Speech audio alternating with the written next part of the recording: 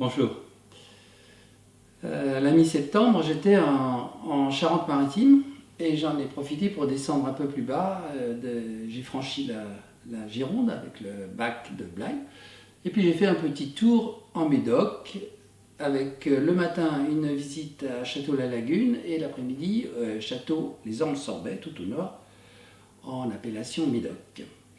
C'est le thème aujourd'hui de la dégustation. Mais j'en profite pour vous dire deux, trois petits mots de Château-la-Lagune, où j'ai été bien reçu, mais remarquez à 40 € la visite. Hein. Bon.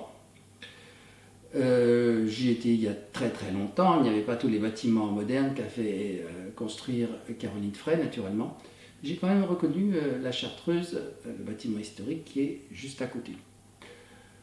J'ai appris que donc Caroline Frey avait travaillé en collaboration avec la Ligue de protection des oiseaux pour essayer de maintenir le plus d'espèces possibles dans le parc qui est immense.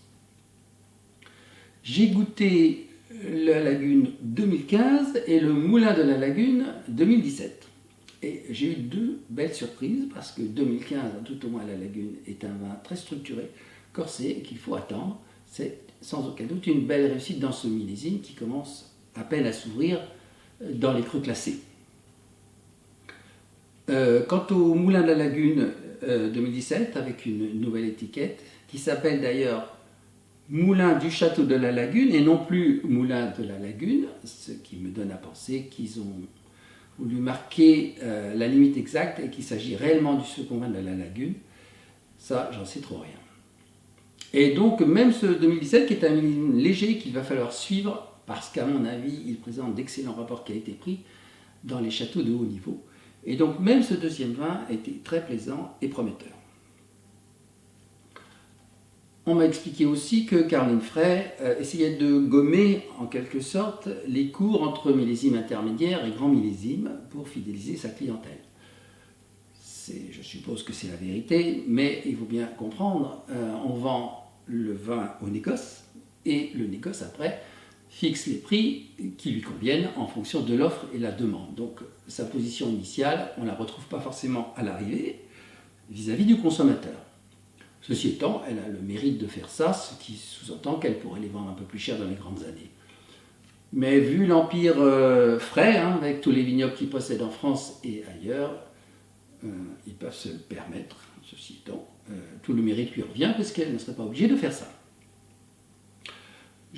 Donc je suis remonté l'après-midi dans le nord, dans la simple appellation Médoc, qui à peu près démarre à peu près au niveau de la latitude de la ville de l'Espard. Quand on remonte cette fameuse route des crues, en partant bien sûr du sud, on est presque ébloui par la splendeur de l'architecture, tout est tenu au carreau, c'est merveilleux. Mais quand on traverse les petites villes, on se demande si on est sur la même planète, avec un habitat dégradé, des commerces qui ferment, je dirais presque que ça sent la misère. Bon. L'Espard, par exemple, j'ai voulu boire un café, ça a été très très dur. Alors, Couquec, voilà la commune où se trouve le château Les Ormes-Sorbais, un peu au-delà d'Ordenac, en allant vers le fleuve. Il y a plein de petites communes qui produisent des vins intéressants, comme Plaignant, etc. Je vais revenir un petit peu en arrière sur cette région, qui aujourd'hui, quand même, où le niveau moyen est tout à fait satisfaisant, ce qui n'a pas toujours été le cas, peu s'en faut. En revenant en arrière, dans les 30 et 40 ans, ce n'était pas du tout le cas. Il y avait quelques têtes de série, qui sont d'ailleurs toujours des têtes de série, et le reste, c'était un peu compliqué. Disons que si un caviste voulait stocker quelque chose d'intéressant, il avait tout intérêt à utiliser les services d'un courtier. La tête de série, la référence dans le Nord, c'est naturellement Château Potensac, la famille Delon, propriétaire de Levé-Lascaz, plus au sud à Saint-Julien. Et puis dans ces années-là, quelques châteaux se sont fait remarquer, et notamment donc le château Les Ormes-Sorbais de la famille Boisvert. Ils ont été remarqués notamment par la revue du vin de France, où Michel Béthane était rédacteur en chef à l'époque. Par la suite, il a quitté le magazine et créé sa propre structure. J'ai toujours été frappé à l'époque entre une unité de style entre les châteaux Potensac et le château Les Ormes-Sorbet. S'il fallait faire une comparaison, je dirais que les Ormes-Sorbet sont peut-être un peu plus tanniques et un petit peu plus longs en bouche, mais disons que tous les deux, ils rivalisent de finesse pour un secteur qui n'est pas spécialement connu pour ça. C'est Jean Boisvert qui, à l'époque, dirigeait le domaine, mais qui est décédé prématurément en 2004. C'est donc sa femme Hélène qui a dû reprendre et qui a eu des gros soucis de droit de succession. Elle a dû lâcher une bonne partie de son stock à un prix exagérément bas vis-à-vis d'une grande surface, pour ne pas la nommer Auchan. Et ensuite, ils sont revenus bien sûr l'année suivante pour essayer de refaire une bonne affaire, mais elle avait été repartie du bon pied, si vous voulez. Aujourd'hui, ce sont les enfants qui dirigent le domaine. L'aîné s'occupe donc du château Les Ormes-Sorbet et le cadet d'un autre petit domaine à côté, Château Fortis. Je vous propose aujourd'hui le millésime 2014. dont je vous ai déjà longuement parlé. Le vin, bien sûr, est à son apogée aujourd'hui. On reste quand même sur des secteurs où le Cabernet Sauvignon est roi, en se souvenant qu'au nord, les terres sont plus froides, comme on dit, avec des maturités donc plus tardives. La famille Boisvert est pleine de curiosité, font des essais, notamment sur quelques cépages blancs et même du chardonnay bourguignon. Pour l'instant, ce n'est pas commercialisé.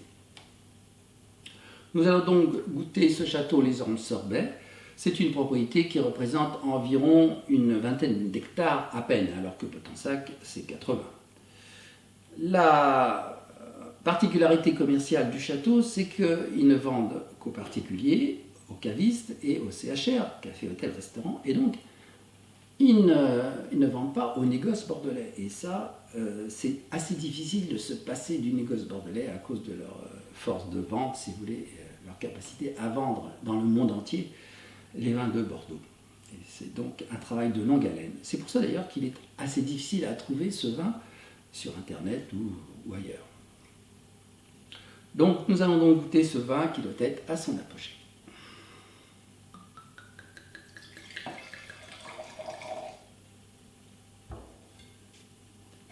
La robe est profonde, légèrement trouble.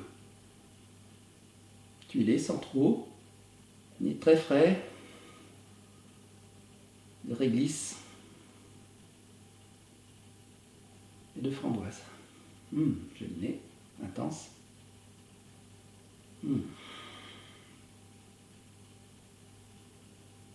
La rose aussi, comme souvent dans ces vins rouges.